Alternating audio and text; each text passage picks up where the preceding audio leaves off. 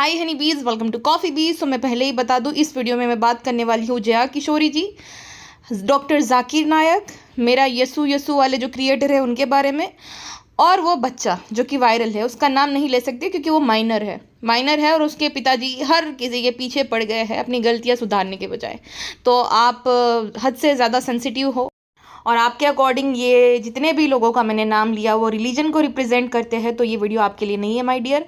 आप स्किप कर सकते हो क्योंकि इससे आप ऑफेंड हो जाओगे। क्योंकि क्या होता है ना, जब आप किसी इंसान को आइडलाइज करते हो ना तो आपकी आंखों पे एक पट्टी बन जाती है। उस पट्टी के वजह से आप सही गलत को चूज़ ही नहीं कर सकते, आपकी क्रिटिकल थिंकिंग एकदम ज़ीरो हो जाती है, तो आपको समझ नहीं आता।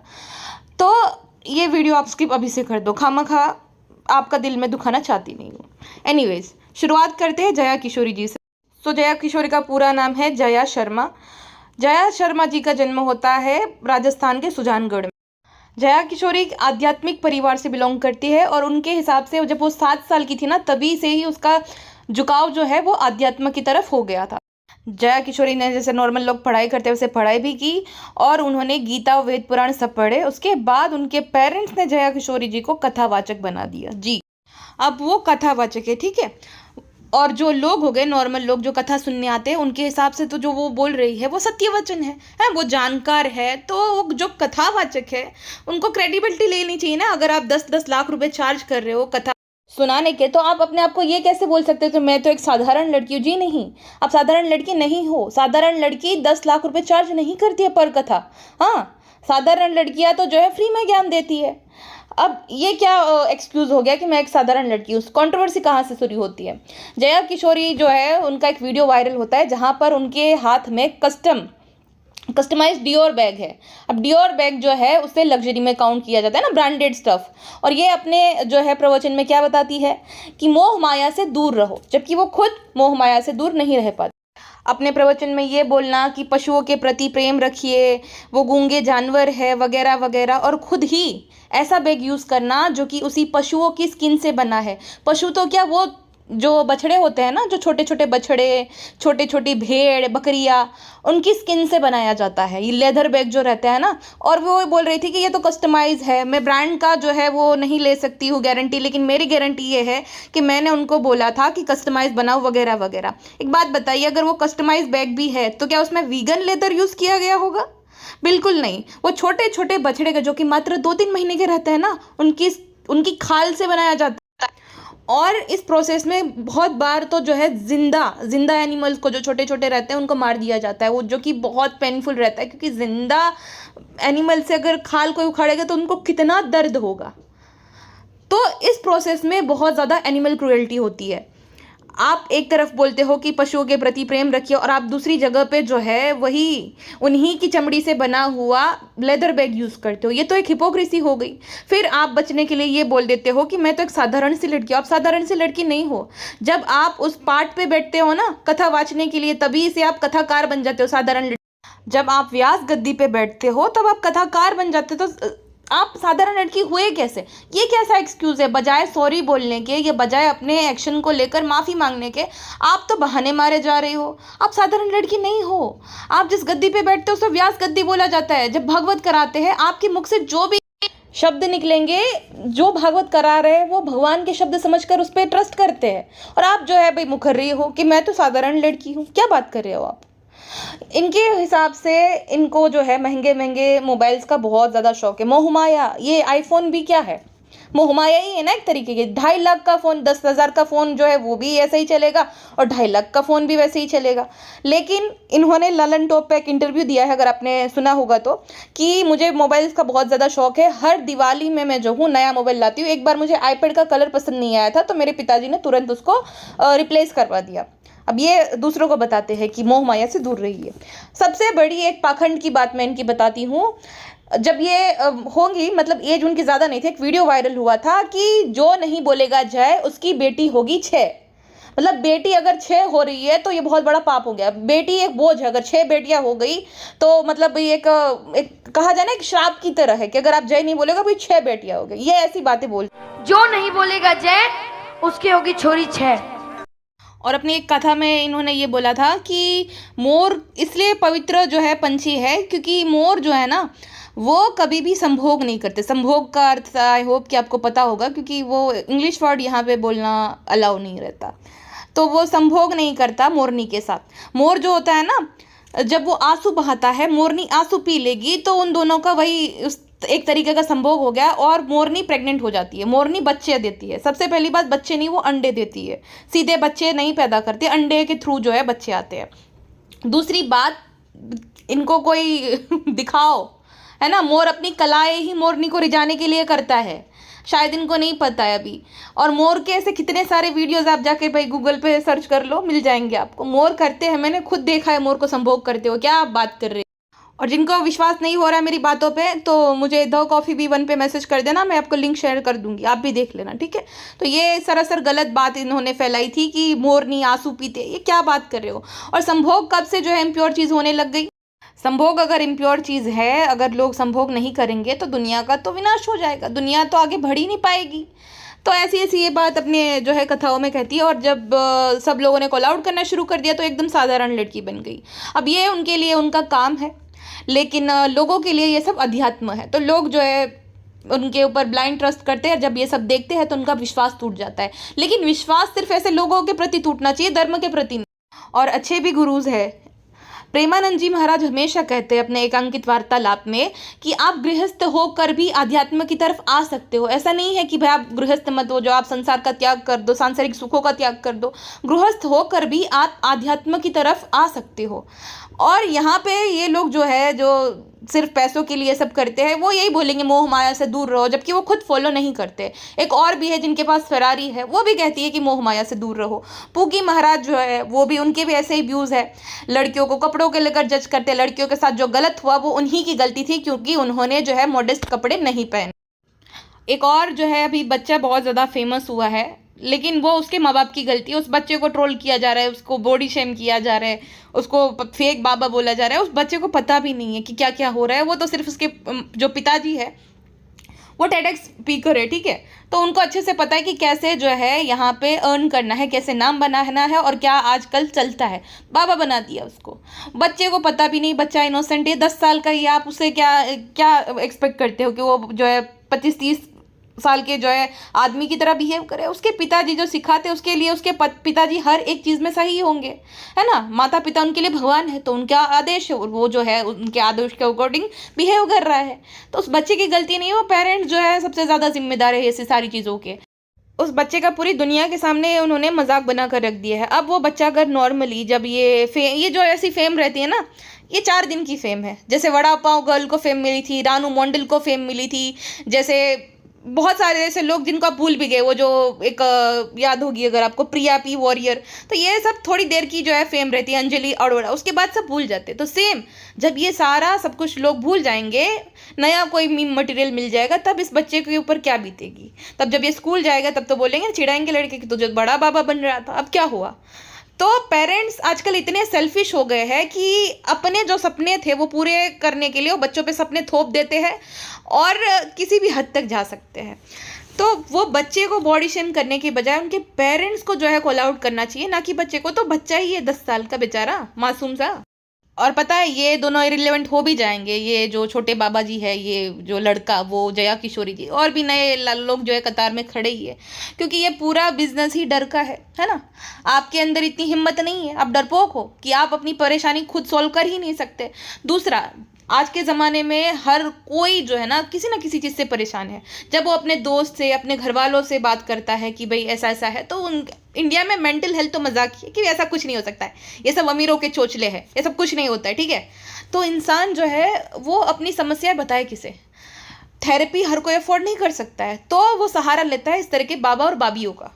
और इनको अच्छे से पता है बिजनेस, या तो आपके दुख और परेशानी क्या तो धन को लेकर हो सकती है, या तो आपके विवाहिक जीवन को लेकर, या तो आपके गर्लफ्रेंड बॉयफ्रेंड को लेकर हो सकता है। यही 3 मुख्य समस्याएं हैं जो कि हर किसी को है। तो उनको अच्छे से पता है कि कैसे क्या चलता है, क्या काम करता है। आप रिलेट करते हो, फिर आपको लगता है कि नहीं यही है जो मुझे समझता है वगैरह वगैरह, आप बार बार वहाँ पर जाना शुरू कर देते हो। तो ये लंबा बिजनेस है, ये ख़त्म होने से रहा, नए नए आते रहेंगे। लेकिन बस अपनी जो इनसिक्योरिटीज़ है उनके साथ किसी को खेलने मत दो, अपने डर का खुद सामना करो, सॉल्यूशन निकालो। और अगर कोई आपको उसका दुख सुना रहा है या तो परेशानी सुनाता है तो उसको सुनो। वो अगला इंसान यही चाहता है कि उसको कोई सुने।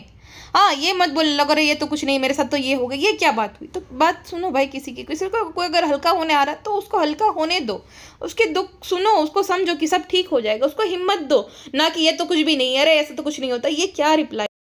खैर, ये तो बात हो गई जया किशोरी जी की और वो बच्चे की। अब एक और जो है जिनको लोग मिस कर रहे हैं और जिनके बारे में कोई डिस्कस ही नहीं कर रहा, पता नहीं क्यों, जो कि बहुत बड़े मैनिपुलेटर थे। मतलब वो किसी को बोलने ही नहीं देते थे। सवाल कंप्लीट करने से पहले listen brother brother brother listen, ऐसा करके वो बीच में ही रोक देते थे। और उस ज़माने में ना फैक्ट चेकिंग चलता नहीं था। मैं बात कर रही हूँ डॉक्टर जाकिर नायक की, जिनको इंडिया में, बांग्लादेश में, यूके में, कनाडा में बैन कर दिया है उनकी हेट स्पीच की वजह से। ये क्या करते थे ना, ठीक है, वो अपने रिलीजन को सुपीरियर दिखाने के लिए बाकियों को नीचा दिखाते थे, क्रिश्चियनिटी, हिंदुइज्म, सबको, कि भाई ऐसा ऐसा तो हो ही नहीं, यही है वगैरह वगैरह, और दूसरों को ब्रेन वॉश करते थे कन्वर्ट होने के लिए जी। इसी वजह से इनको जो है, और हेट स्पीच बहुत ज़्यादा देते थे। इनसे डिबेट में कोई जीत ही नहीं सकता था क्योंकि वो क्वेश्चन सुनते ही नहीं थे, मैनिपुलेट कर देते थे। और वहाँ पे खड़ा इंसान वो गूगल पे फैक्ट चेक करने तो बैठेगा नहीं। जितने भी सारे वीडियोज़ हैं उनके सारे पुराने से है, तो डिबेट में कोई इनसे जीत नहीं सकता था। ये बहुत अच्छे डिबेटर है, जिसकी वजह से लोग मैनिपुलेट हो जाते थे इनसे, और ये बहुत ज़्यादा हेट स्पीच फैलाते थे, जिस वजह से इंडिया में इनको बैन कर दिया गया और वो मलेशिया जाकर शिफ्ट हो गए।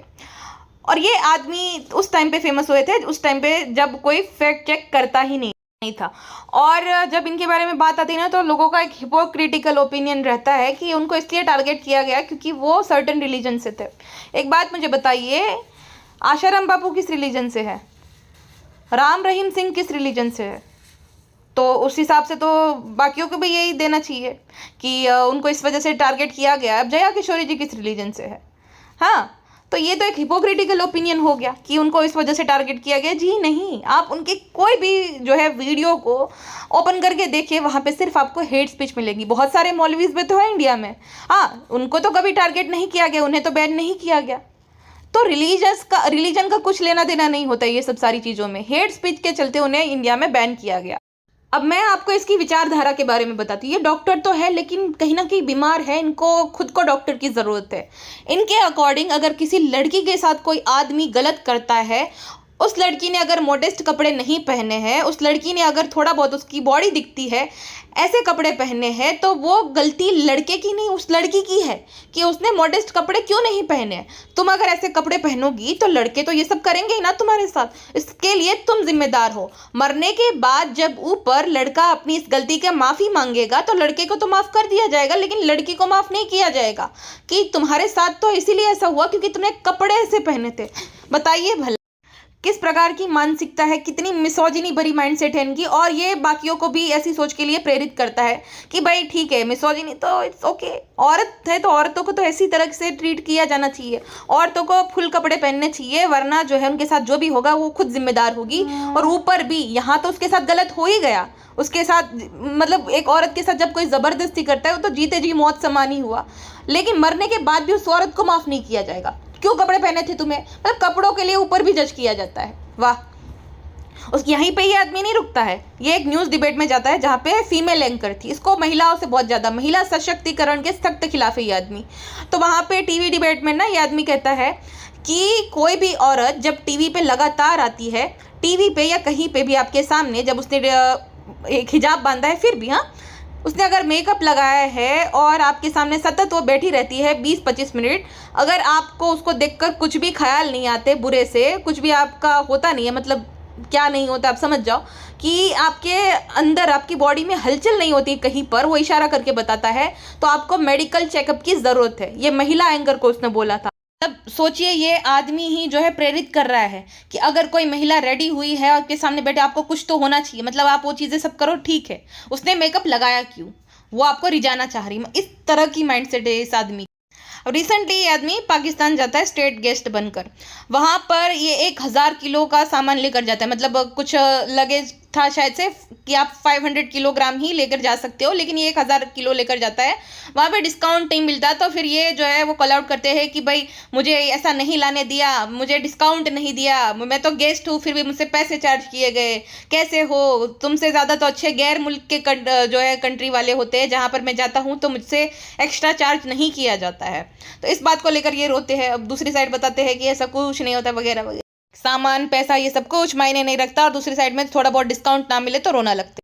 सबसे ज़्यादा निहायती घटिया इनका जो स्टेटमेंट मुझे लगा ना, वैसे तो सारे ही घटिया स्टेटमेंट है इनके और घटिया ही माइंडसेट है, घटिया विचारधारा के आदमी है ये, लेकिन सबसे घटिया जो लगा ना, ये क्या कहते हैं पता है, अगर एक औरत को शादी करने के लिए कोई आदमी नहीं मिल रहा है तो उसको ना दूसरी बीवी बन जानी चाहिए, शादीशुदा आदमी से शादी कर लेनी चाहिए। अगर जितने भी आपकी उम्र है 25, 30, 45, 50 साल के शादीशुदा आदमी के साथ आपको शादी कर लेनी चाहिए। अगर ऐसा भी आप नहीं कर पा रहे हो तो आपको क्या करना चाहिए, आपको पब्लिक प्रॉपर्टी बनना चाहिए, एक बाजारू औरत बन जाना चाहिए। इस तरह की माइंडसेट है, थू है ऐसी माइंडसेट के इंसान पर, और शर्म भी नहीं आती होगी अपने आप को डॉक्टर बोलते हुए। डॉक्टर की विचारधारा ऐसी होती है। और अगर एक आदमी शादी ना करना चाहे तो उसको क्या करना चाहिए, बाजारू आदमी बन जाना चाहिए। कितनी घटिया सोच है भाई इस आदमी की।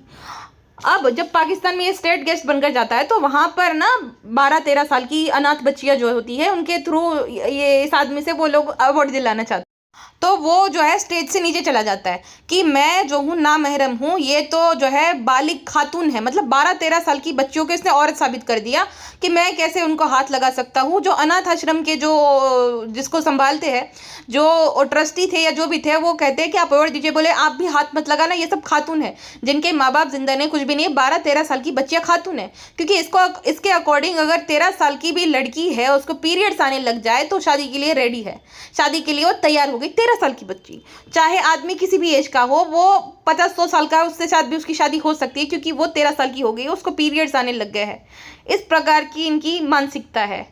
यहाँ पे भी आदमी नहीं रुकता। एक पश्तून लड़की सवाल पूछती है कि हमारे इलाके में जो है ना, वैसे तो वो रिलीजियस एरिया है और लोग जो है रिलीजन को अच्छे से फॉलो करते वगैरह वगैरह, अपने आप को जो है कहते हैं कि हम बहुत ज़्यादा रिलीजियस है, लेकिन उसी एरिया में बच्चियों से शादी की जाती है, ब्याजखोरी होती है, शादी के बाद भी आदमी अपनी औरत को चीट करते हैं, उनको जो है गालियाँ वगैरह देते हैं, उनके साथ मारपीट करते हैं, और अपने आप को एट द सेम टाइम वो बहुत ज़्यादा रिलीजियस बताते हैं कि हम तो बहुत ज़्यादा रिलीजियस है। तो क्या ये सही है? तो उस लड़की के सवाल का जवाब देने के बजाय इन्होंने उस लड़की को ही जो है दोषी ठहरा दिया कि आपको तो जो है माफ़ी मांगनी चाहिए, आपका सवाल क्या है पहले ये बताइए, अगर आप चुप नहीं रहेगी तो मैं जवाब नहीं दूंगी। जब वो काउंटर करती है तो ये आदमी चुप करा देता है कि अगर आप चुप नहीं रही तो मैं कुछ भी आपका जवाब नहीं दूंगा, आप चलिए वगैरह वगैरह। और आपने जो मुशायरे पे इतने बड़े बड़े इल्ज़ाम लगाए हैं, आपको अपनी गलती के लिए माफ़ी मांगनी चाहिए। मतलब किस हद तक कैसी सोच है कि अगर कोई इंसान रिलीजियस है तो वह गलती कर ही नहीं सकता, अगर कर भी रही है तो आपको उससे माफ़ी मांगनी चाहिए, आपको तो बोलने का हक नहीं क्योंकि आप एक औरत हो। इस आदमी को किसी कंट्री से नहीं, अब तो इंटरनेट से बैन होने की ज़रूरत है, क्योंकि ये जो इस तरह की विचारधारा है वो सोसाइटी के लिए कैंसर है। औरतों के प्रति इतनी ज़्यादा नफरत, इतनी ज़्यादा कड़वी, इतनी ज़्यादा जहरीली विचारधारा इस आदमी की, इसको तो इंटरनेट पे बैन ही कर देना चाहिए।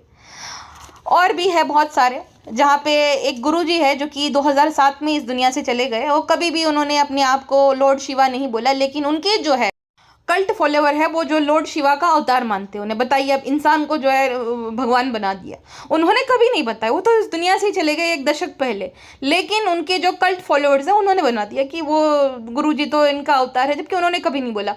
और यहाँ तक भी चलो भाई ठीक है, आप किसी को मानते हो, किसी के प्रति आपको श्रद्धा है, चलो ठीक, वहाँ तक भी हमने समझ लिया, लेकिन अब तो हद ही कर ली है। गुरुजी के नाम पर जो है गुरुजी के दर्शन हो गए, गुरुजी ने शहद वर्षा कर दी, गुरुजी ने इलायची वर्षा कर दी, अपने आपको तो मूर्ख साबित ही कर रहे हैं, धर्म को भी जो है, धर्म का भी मजाक ही उड़ा रहे हैं कहीं ना कहीं ऐसे लोग कि भाई देखो ये कितनी ज़्यादा अंधश्रद्धा है वगैरह वगैरह। तो ऐसे लोगों का कोई इलाज नहीं है भाई। और उन गुरुजी को सब लोग क्यों फॉलो करते हैं उसका भी मैं बता दूं, क्योंकि ना उनके जो फॉलोअर्स है वो थोड़े इलाइट टाइप्स थे। नीतू सिंह, ऋषि कपूर, रिधिमा कपूर, फिर ये अनन्या पांडे एंड फैमिली, तो उनके दिल्ली साइड के इलाइट फॉलोअर्स थे जो कि उनको मानते थे। अब वो क्यों मानते हैं वो तो मुझे नहीं पता, शायद से वो एक अच्छे इंसान रहे होंगे जिस वजह से उनको मानते थे बहुत ज़्यादा, जिस वजह से ना नॉर्मल लोगों ने देखा कि अरे भाई ये पैसे वाले लोग अगर फॉलो कर रहे हैं तो उन्हीं की वजह से वो पैसे वाले हो गए, हम भी फॉलो कर। गुरु का अर्थ होता है मार्गदर्शन देने वाला, सही मार्ग दिखाने वाला, सही मार्ग बताने वाले, ठीक है। तो शायद से जितने भी उनके फॉलोअर्स हैं जो इलाइट क्लब वाले, उनको उन्होंने सही मार्गदर्शन दिया होगा, जिस वजह से वो उनको फॉलो करते थे। किसी को फॉलो करो तब तो ठीक ही है, लेकिन तुम वो इंसान है नहीं, उसका भी मजाक बनवा रहे हो और खुद भी मूर्ख ही साबित कर रहे हो अपने आप को। शहद वर्षा, ये वर्षा, कहीं एसी का पानी निकल रहा था तो बोल रहे गुरुजी ने जल वर्षा कर दी। क्यों अपने आप का मजाक उड़वा रहे हो? क्यों ये सब कर रहे हो? क्या मिल जाएगा? इलायची वर्षा कहीं पे भी होती है? रोटी का टुकड़ा दिखाकर बोलेंगे गुरुजी के दर्शन हो गए। कब गुरुजी ने आपको आकर बोला कि मैं दर्शन दूंगा? अपने ही हिसाब से स्टोरी लगाकर जो है मजाक उड़वा रहे, खुद भी मजाक उड़ रहे, धर्म का भी मजाक बना रहे। कितनी सारी औरतें जो है वो कान्हा जी को अपना बच्चा बोलती, शर्म आनी चाहिए। कान्हा जी तुम्हारे बच्चे हो गए? क्या क्या पाखंड लगा रखा है इन लोगों ने, समझ नहीं आता है। मतलब खुद जो है सोशल मीडिया पे फेमस होने के लिए भगवान को अपना बच्चा बना देते, भगवान को डॉक्टर के पास लेकर जाते। मेरे लड्डू गोपाल को बुखार आ गया, अरे तुम थोड़े लाइक्स और सब्सक्राइबर फॉलोअर्स के लिए ये सब कर रहे हो नौटंकिया? मतलब भगवान को ठीक होने के लिए कि तुम्हारे सहारे की जरूरत पड़ गई अभी? क्या नौटंकी लगा रहा है। और ये सब ना फेमस होने के लिए ढोंग रहता है, अपने स्वार्थ के लिए ये जो है इस हद तक गिर जाते हैं कि भगवान को बुखार भी आ गया और उन्हें इमरजेंसी में डॉक्टर के पास ले जाना पड़ा। मतलब शर्म भी नहीं आती होगी ऐसे लोगों को। भाई साहब, जब भी आप ऐसी रील देखो ना, उसको सबसे पहले तो रिपोर्ट करो कि भाई ये मिस इन्फॉर्मेशन फैला रहा है। वीडियो देखा जाए उसको भी रिपोर्ट कर दो, तभी ये लोग सुधरेंगे। इंस्टाग्राम पे तो यही करो। इंस्टाग्राम वाले ना ऐसे वीडियोस को डिलीट कर देते हैं, यूट्यूब पे तो नहीं होता है, लेकिन फिर भी ज़्यादा अगर रिपोर्ट्स आती है तो यूट्यूब फिर डिसाइड करता है कि कुछ तो इसमें है गड़बड़, तो रिपोर्ट करो। इसी तरीके से ये लोग सुधरेंगे, वरना वैसे सुधरने वाले हैं नहीं। बाकी अगर कोई आपको उनकी परेशानी सुनाता है या तो कुछ भी उसके साथ हुआ है तो थोड़ी देर सुन लो भाई, फ्री के थेरेपिस्ट बन जाओ, उनको ज़रूरत है सुनने की। इस वीडियो का उद्देश्य किसी के भी रिलीजियस सेंटिमेंट को हर्ट करना बिल्कुल भी नहीं है। मैंने किसी के भी जो है रिलीजियस गॉड को टारगेट नहीं किया है। ये सिर्फ और सिर्फ इंसानों के बारे में बात है जो कि धरती पे है, जो कि अपने पाखंड के लिए और अपने स्वार्थ के लिए, 2 पल की फेम के लिए जो है रिलीजन का यूज़ करते हैं और लोगों में जो है ना हिपोक्रेसी फैला रहे। स्पेशली डॉक्टर जाकिर नायक, जया किशोरी जो कि प्रीच करती है कि मोह माया से दूर रहो, जो कि खुद मोह माया में रहती है। वो जो आदमी है वो खुद फेमस होने के लिए, फेम के लिए, अपना नाम बनाने के लिए मिसोजिनी फैला रहा है। तो मैंने इन सब के बारे में बात की है। ये कोई रिलीजियस रिप्रेजेंटेटिव नहीं है। लोगों की जो है इनसिक्योरिटी के चलते ये लोग फेमस हो गए, लोगों की वैलिडेशन लेने की आदत की वजह से जो है ये लोग फेमस हो गए। तो अभी के लिए बस इतना ही, मिलते हैं नेक्स्ट पॉडकास्ट में। अपना ध्यान रखिएगा, बाय बाय।